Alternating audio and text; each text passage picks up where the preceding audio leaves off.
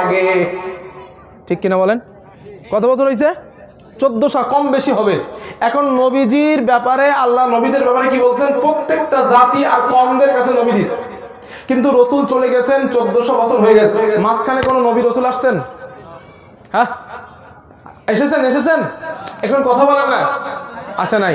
এখন আমরা যদি বলি আল্লাহ আপনি তো বলছেন যে প্রত্যেক জাতি আর কওমের কাছে নবী দিছি, কিন্তু 1400 বছর পার হয়ে গেছে কোনো নবী রসুল পাই নাই, যেটা মন চাইছে সেইটা করছি, নাজাত পাওয়া যাবে নাকি? কথা বলেন না কেন? আল্লাহ তো বলছেন নবী রসুল দিছি, আল্লাহ দিছিলেন তো মক্কার মানুষের কাছে, আমাদের কাছে তো দেন নাই, তো মন যেটা চাইছে সেইটাই করছি, বেঁচে যাওয়া যাবে নাকি? না। কেন যাবে না?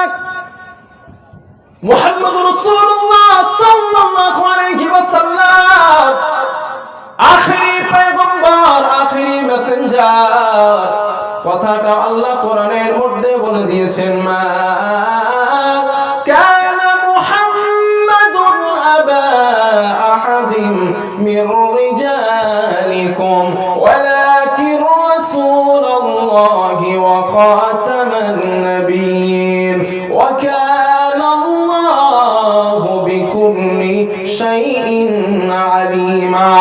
জোরে বলেন আল্লাহু আকবার।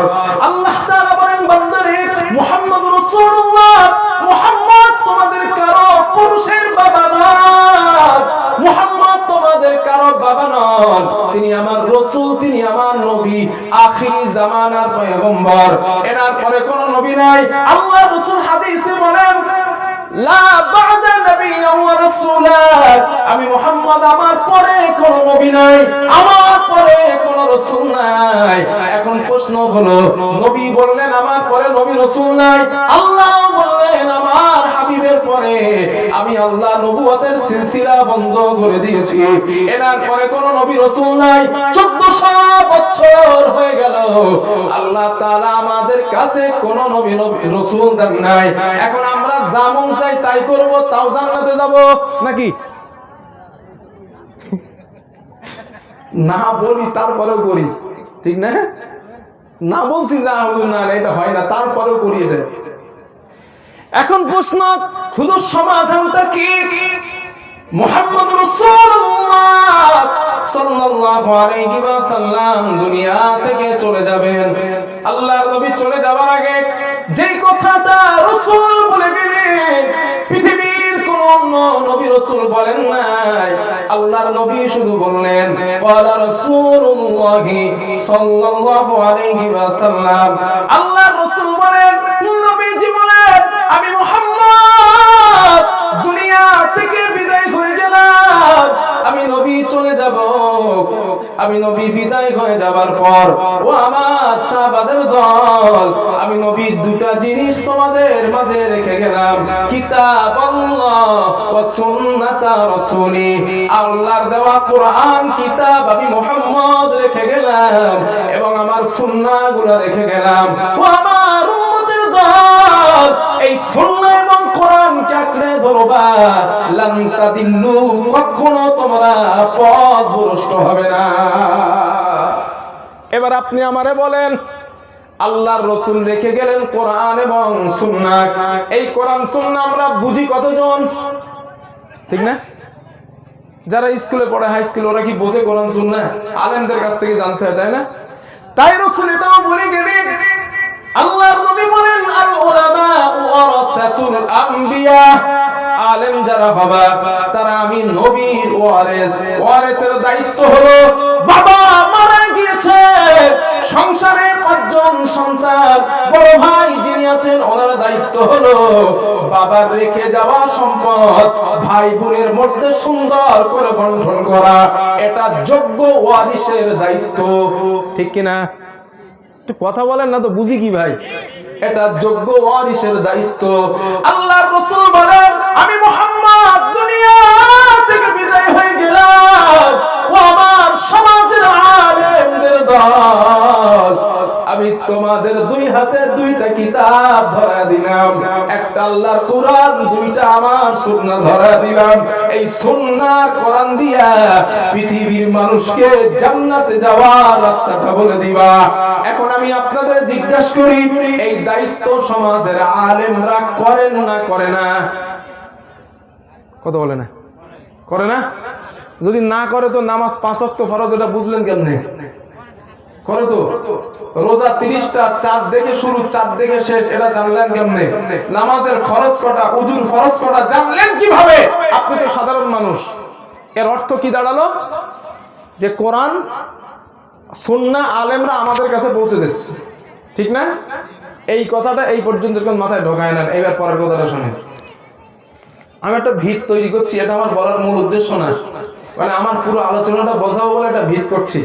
তাহলে কোরআন সুন্নাহ, কোরআন আর রাসূলের হাদিস আসার 1 নম্বর উদ্দেশ্য কি পাইছি? যে আমরা যেন অন্ধকার থেকে বার হয়ে আলোর রাস্তা পাই। রাগ করবেন না ভাই, একটা কথা বলছি, সবাইরে বলছি, রাগ করেন না। এই যে নামাজ, রোজা, হজ, যাকাত, এইগুলা নিয়ে আমরা জান্নাতে যাওয়াই ব্যস্ত। নামাজ পড়তে হবে, রোজা করতে হবে, ভাই দান সাদকা করতে হবে, এগুলা নিয়ে ব্যস্ত। কিন্তু আল্লাহর কাছে দোয়া করতেছি, রব্বানা আতিনা ফিদ দুনিয়া হাসানা ওয়া ফিল আখিরাতি হাসানা। ও রব, আতিনা ফিদ দুনিয়া হাসানা, তুমি আমাদের দুনিয়াতে হাসানা দাও, ওয়া ফিল আখিরাতি হাসানা, এবং পরকালে হাসানা দাও, ওয়া কিনা আযাবান নার, আপনি আমারে জাহান্নামের আযাব থেকে রক্ষা করেন। আপনি আল্লাহর কাছে মসজিদে সুন্নাত নামাজ পড়ার পরে আপনার আল্লাহর কাছে বলতেছেন, আল্লাহ রব্বানা আতিনা ফিদ দুনিয়া হাসানা, ও আল্লাহ আমার দুনিয়াতে হাসানা লাগবে। আপনি মসজিদ থেকে বার হয়ে মোড়ের মাথায় চায়ের দোকানে বসলেন, এক হাতে বিড়ি আর এক হাতে চায়ের গ্লাস, জনমের টানেন আর বলেন আল্লাহ আমারে হাসানা দাও। আল্লাহ বলে, পাগলের কাজ দেখ। মসজিদের মধ্যে আমার কাছে হাসানা চাই, আল্লাহ আমি দুনিয়াতে হাসানা চাই, আর এখানে এসে চায়ের দোকানে সময় নষ্ট করে। আরে ভাই, দুনিয়ার হাসানা হলো ডেভেলপমেন্ট, দুনিয়ার হাসানা হলো উচ্চ মাকামে পৌঁছানো, দুনিয়ার হাসানা অর্থশালী হওয়া, দুনিয়ার হাসানা সম্পদে উচ্চ মাকামে যাওয়া, এগুলো দুনিয়ার হাসানা। আর এইগুলো চাইতে গেলে, পেতে গেলে নিজের পরিশ্রম, নিজের কষ্ট, নিজের মেধা পরকটাকে কাজে লাগাতে হবে। কথা বলেন না কেন? এইগুলা কাজে লাগাতে হবে, তাইলে দুনিয়ার হাসানা পাবেন। আল্লাহর কাছে চাইছি হাসানা দেন, আর মুসলমান ঘর ঝাড় দেয়। আল্লাহর কাছে চাইছি হাসানা দেন, আমেরিকায় গিয়ে লোকের বাড়ির ঘর মোছে। আল্লাহর কাছে চাইছি হাসানা দেন, আরবে গিয়া তাদের মোষ আর গরুগুলা মাঠের মধ্যে চড়ায়। যত ভ্যান চালক, রিক্সা চালক, ঠেলাওয়ালা, মজুরিওয়ালা, গরিব, অসহায় মুসলমানদের মধ্যে পাবেন।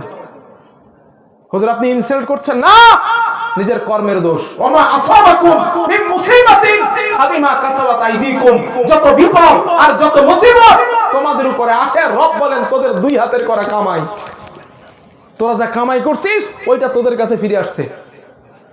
তোরা গরিব, দোষ আমারে দিস কেন? আমারে কেন দিস? আমি রব তোদের বলছি কোরআনের মধ্যে সফলতা আছে, একটু রিসার্চ কর, গবেষণা কর, পড়াশোনা কর। ওই কোরআন বাদ দিয়া তোরা বাতিলের পিছনে ছুটছিস, আর আমার কাছে বলছি হাসানা দাও। আপনি আশ্চর্য হবেন, আমি সাবজেক্টটা আজ এমনি নেই নাই, যুবকদের অবস্থা দেখে নিছি। ভাই কথাগুলো শোনেন, কথাগুলো নেন আমার। আপনি আশ্চর্য হবেন, আমি বাকিবিল্লার কাছে একটা কেতাব আছে, কেতাবটার নাম আল ফ্রম সায়েন্স। ওই কেতাবের মধ্যে একটা ঘটনা লেখা হয়েছে।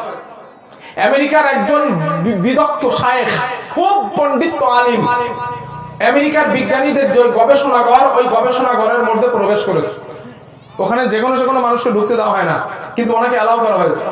উনি বিজ্ঞানীদের গবেষণাগারে প্রবেশ করার পর বিজ্ঞানীদের টেবিলে বিজ্ঞানীরা বসে আছে, বিজ্ঞানীরা বসা। কিন্তু মজার ব্যাপার হলো, ওখানে আছেন কেউ হিন্দু, কেউ ইহুদি, কেউ মাজুসি, কেউ নাস্তিক, কেউ খ্রিস্টান, বিভিন্ন ধর্ম অবলম্বী মানুষ। ওই মুফতি সাহেব আশ্চর্য হলেন, ওই আলেম শায়েখ আশ্চর্য হলেন, বিজ্ঞান বিভিন্ন ধর্ম অবলম্বী, কিন্তু তাদের সামনে একটা কিতাব রাখা, ইংলিশ ভার্সনে আল্লাহর কোরআন। এটা সুবহানাল্লাহটা বলেন, আল্লাহর কিতাব, আল্লাহর কোরআন ইংলিশ ভার্সনে রাখা। আলেম জিজ্ঞাসা করলেন, ও বিজ্ঞানীরা, আমি তো বুঝতে পারলাম আপনারা কেউ খ্রিস্টান, কেউ ইহুদি, কেউ মাজুসি, কেউ হিন্দু, কেউ মুসলমান, বিভিন্ন ধর্মাবলম্বী মানুষ, আপনাদের সামনে ইংলিশ ভার্সনে কোরআন কেন রাখা? আপনারা যিনি যে ধর্ম করেন, ওই ধর্ম অনুযায়ী কিতাব তার কাছে রাখার কথা ছিল, কিন্তু আপনারা সেটা না রেখে কোরআনুল কারীম কেন রাখলেন আমাকে বলেন। কিতাবের মধ্যে লেখা হয়েছে, ওই জায়গায় বিজ্ঞানগুলো দাঁড়িয়ে আলেমকে বললেন, আলেম সাহেব আপনারা কিতাবের মধ্যে কোরআনের মধ্যে শুধু ফতোয়া খোঁজেন। তো বুঝতেছেন কত দামি কথা বলছে।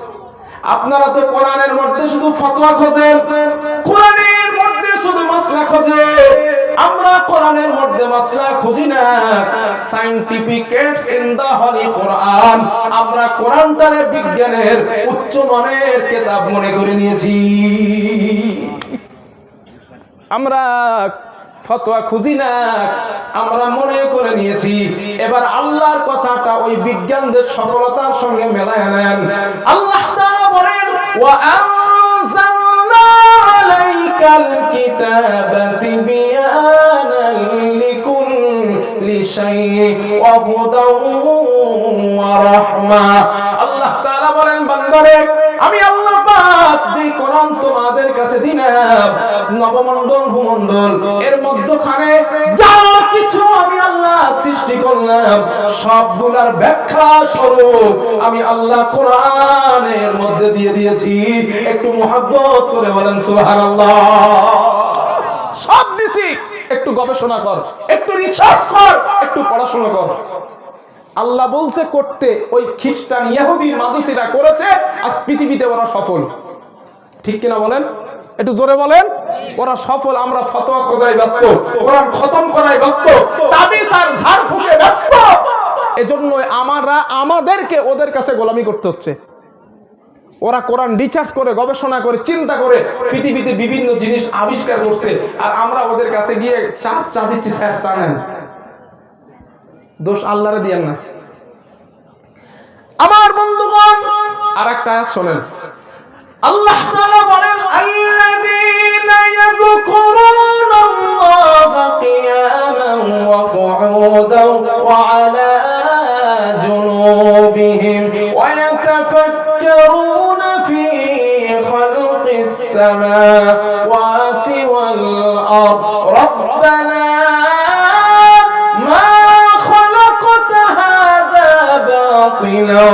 سبحانك فقنا عذاب النار। জোরে বলেন আল্লাহু আকবার। আল্লাহ তাআলা বলেন, আল্লাযীনা যারা ইয়াযকুরুনাল্লাহা কিয়ামা। আল্লাহ পাক বলেন, যারা সত্যের অনুসন্ধানী, গবেষণা করে, রিসার্চ করে, চিন্তা ভাবনা করে, আমি আল্লাহর সৃষ্টি নিয়ে যারা গবেষণা করে, আল্লাহ বলেন দাঁড়ায়া চিন্তা করে, অকুউদান বসে যারা চিন্তা করে, ওয়া আলা জুনুবিহিম এবং শোয়া অবস্থায় যারা চিন্তা করে, তারা আল্লাহকে বলে, রব্বানা মা খালাকতা হাযা বাতিলা সুবহানাকা ফাকিনা আযাবান নার। হে আমাদের রব, হে আমাদের মালিক, আপনি যা বানিয়েছেন কোনো কিছু নিরর্থক বানান নাই। আপনি যা তৈরি করেছেন সবগুলার পিছনে আপনার বিচক্ষণতার দাবি কাজ করছে, আপনি নিরর্থক বানান নাই। আল্লাহ বলেন, এই কথা তারা বলে যারা কোরআন নিয়ে গবেষণা করে। সুবহানাল্লাহ বলেন। যারা গবেষণা করে তারা একথা বলে। আল্লাহ একথা তাদের ব্যাপারে বলে নাই, যারা শুধু ফতোয়া খোঁজাই ব্যস্ত তাদের ব্যাপারে বলে নাই। আল্লাহ বলেন, ভাবো, চিন্তা করো, গবেষণা করো। আর আল্লাহ চিন্তা করতে বলেছেন মানে আমাদের জন্য হাসানা আছে। ঠিক কিনা বলেন? দৃষ্টান্ত নেন কয়েকটা, একটু মাথায় সাজায় নেন দৃষ্টান্তগুলো।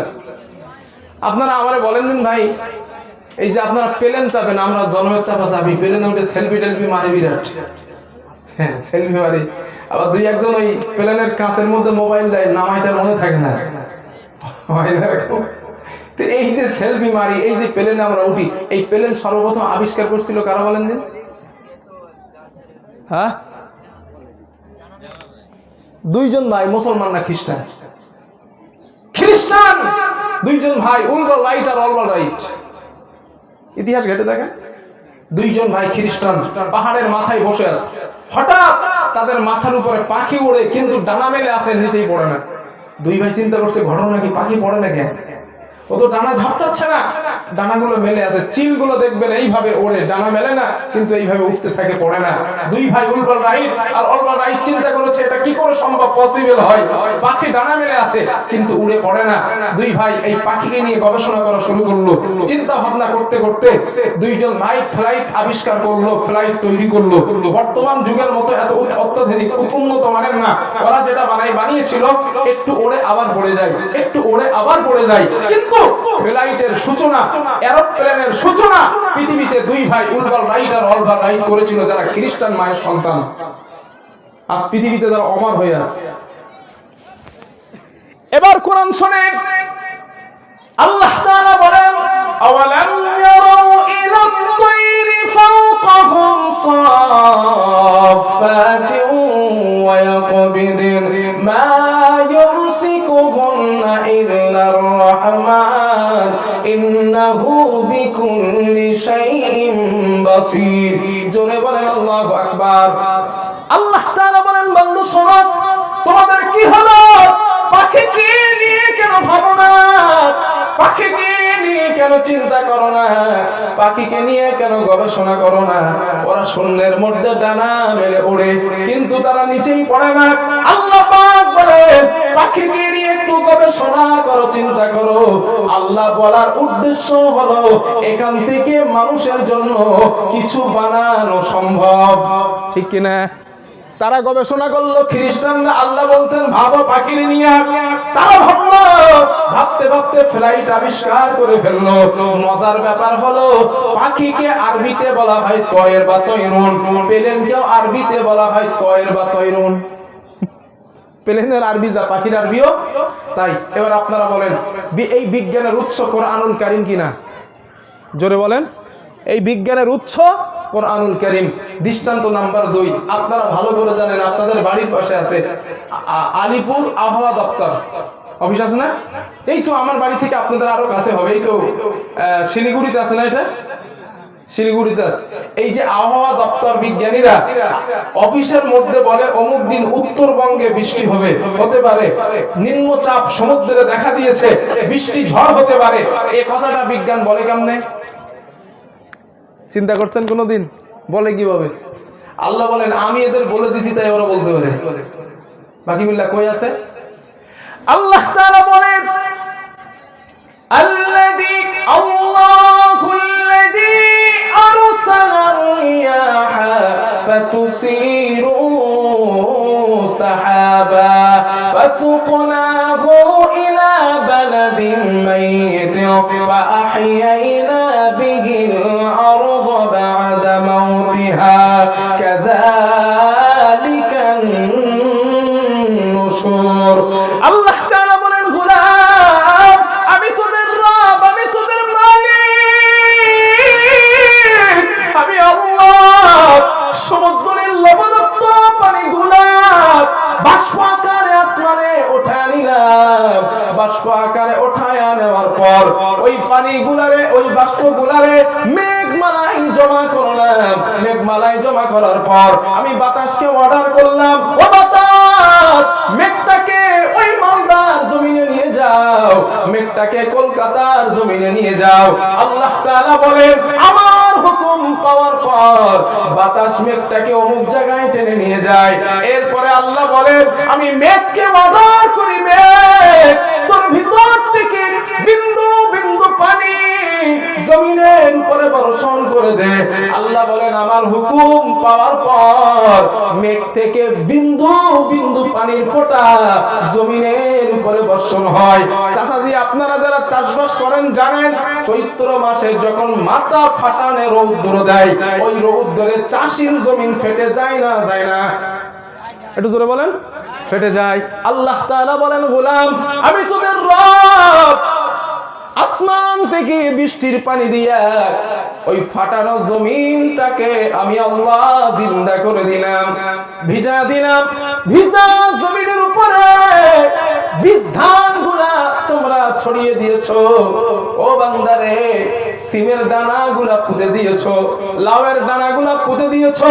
আল্লাহ পাক বলেন পুঁতে দেওয়ার পর আমি আল্লাহ যেটা করলাম শোনো, আনতুম আনশাতুম শাজারাতাহা আম নাহনুল মুনশিউন। আল্লাহ পাক বলেন ওই ডানার মাথাগুলা ফাটায়া দিয়া আমি আল্লাহ জমিনের ভিতর থেকে নরম নরম পাতাগুলা বার করে দিই। আল্লাহ বলেন বান্দা এটা আমি করি। এবার শব্দের দিকে তাকান। আল্লাহ বলেন সমুদ্রের মধ্যে আমি নিম্নচাপ ঘটাই। বিজ্ঞান কি বলছে? সমুদ্রের মধ্যে নিম্নচাপ হয়েছে। আল্লাহ বলেন আমি ঘটাই। ঘটানোর পর বাষ্পগুলো আসমানে ওঠানি। বিজ্ঞানরা দেখেন কোথা দিয়ে বাষ্প আকাশে ওঠে। আল্লাহ বলেন আমি ওটা উঠে নেওয়ার পর আমি মেঘমালায় জমা করে দেই। আবহাওয়াবিদরা দেখেন ওই বাষ্প কোথায় জমা হয়েছে। এরপরে আল্লাহ বলেন আমি করি ওই বাতাসকে বলি বাতাস মেঘটাকে অমুক জায়গায় টেনে নিয়ে যাও। আল্লাহ বলেন আমার হুকুম পাওয়ার পর বাতাস মেঘটাকে টেনে নিয়ে যায়। আল্লাহ তাআলা বলেন বান্দারে এটা আমি তোদের রব, আমি আল্লাহ করি। বিজ্ঞানরা দেখেন ওই মেঘগুলা কোথায় চলে যায়।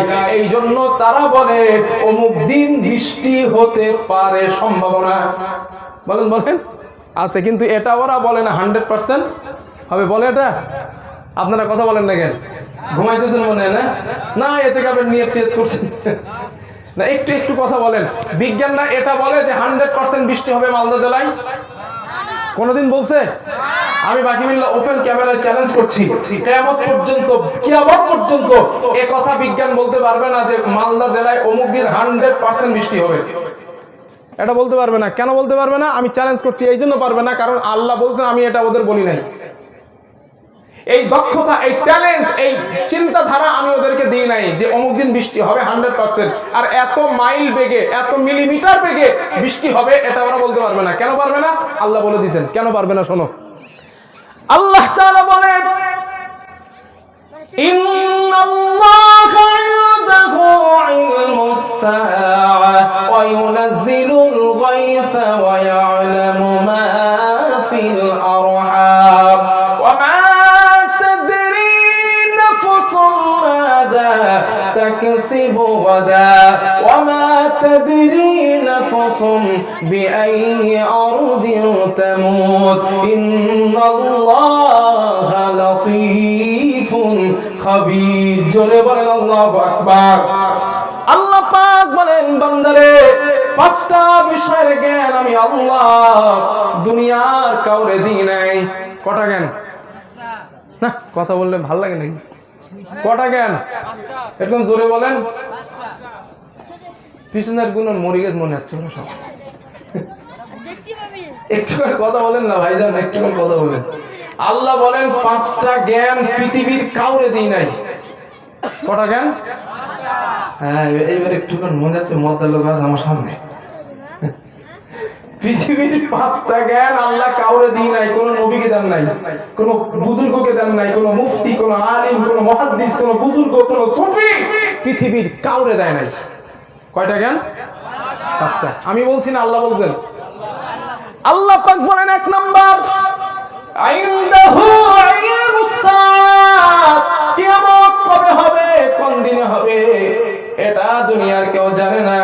আল্লাহ বলেন দুই নাম্বার ওয়া ইউনাজ্জিলুল গায়স, পানি কোথায় কখন কতটা বর্ষণ হবে এটা আমি আল্লাহ ছাড়া আর কেউ জানে না। বিজ্ঞানের বাপ যদি কবর থেকে উঠে এসে বলে হবে 100%, তাও মিথ্যা কথা। ঠিক কিনা বলে? কারণ আল্লাহ বলেন এটা জ্ঞান আমি বিজ্ঞানকে দিই নাই, আমি তো তাকে অতটা জ্ঞান দিয়েছি। ওয়ামা উতিতুম মিনাল ইলমি ইল্লা কলিলা। আল্লাহ বলেন আমি খুব সামান্য জ্ঞান মানুষ তোমাদেরকে দান করেছি। এই সামান্য জ্ঞানে পানি 100% হবে এটা বুঝবা কেমনে? ঠিক না?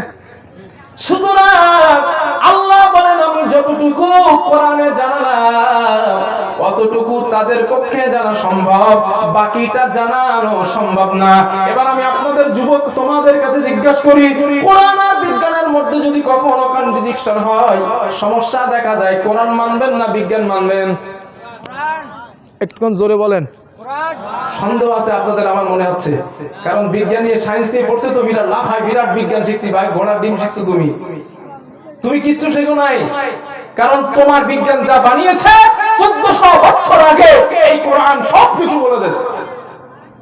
মাথায় সাজায় নাও, দৃষ্টান্ত ফোনে নোট করে নাও, ভুল হইলে বাকি বিল্লারে ফোন দিও।